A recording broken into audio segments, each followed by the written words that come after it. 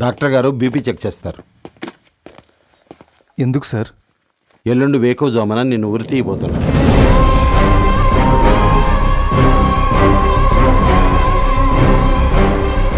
నీ చివరి కోరిక ఏమైనా ఉందా?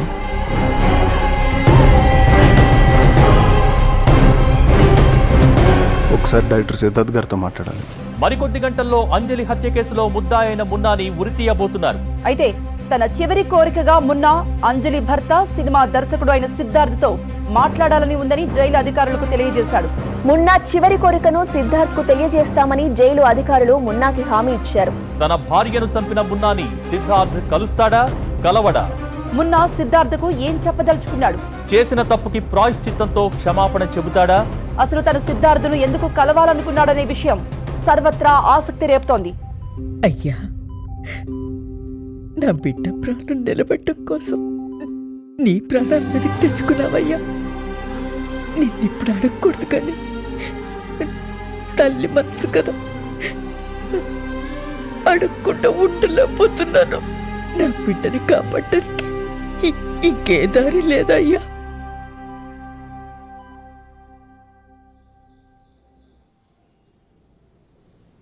వెళ్ళమ్మా. ఏంటి సార్, సర్ప్రైజ్ ఇవ్వడానికి వచ్చారా? దారి తప్పొచ్చారనుకుంటా. వేరే దారి కనిపించలేదు. ధర్మాన్ని కాపాడటానికి ఇది నా చివరి ప్రయత్నం.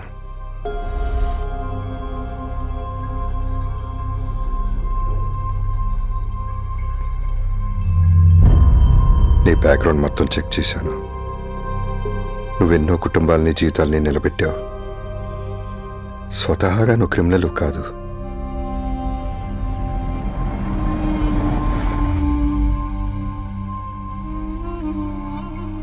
ఏ పరిస్థితి ప్రభావం వల్ల నీ భార్యను చంపావో నాకు అనవసరం.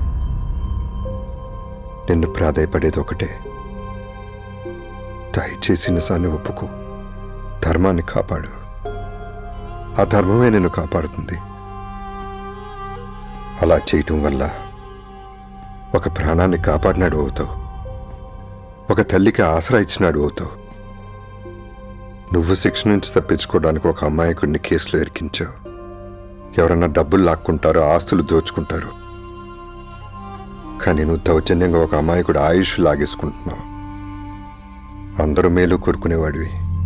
తప్పనిపించట్లా? అందుకే చేసిన తప్పును ఒప్పుకుని న్యాయాన్ని కాపాడు. నీకు శిక్ష తగ్గే అవకాశం కూడా ఉంటుంది. నువ్వు నన్ను చీట్ చేసావు, నా కోపంతో ఇదంతా చేయలేదు.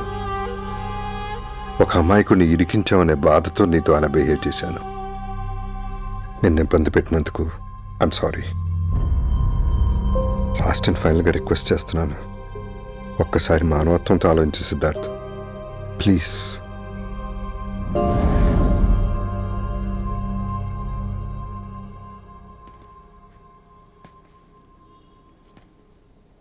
సింహంలా ఛాలెంజ్ చేసే మీరు ఇలా సింపుల్గా సరెండర్ అవడం నాకు నచ్చలేదు సార్. ఇలాంటి పరిస్థితుల్లో కూడా మీరు న్యాయం పక్కన నిలబడ్డారు. అందుకే మీరంటే నాకు ఇష్టం సార్. ఇందాక మాట అన్నారు, నేను క్రిమినల్ కాదని. అది చాలు సార్. మీరు నన్ను అర్థం చేసుకున్నారు. కానీ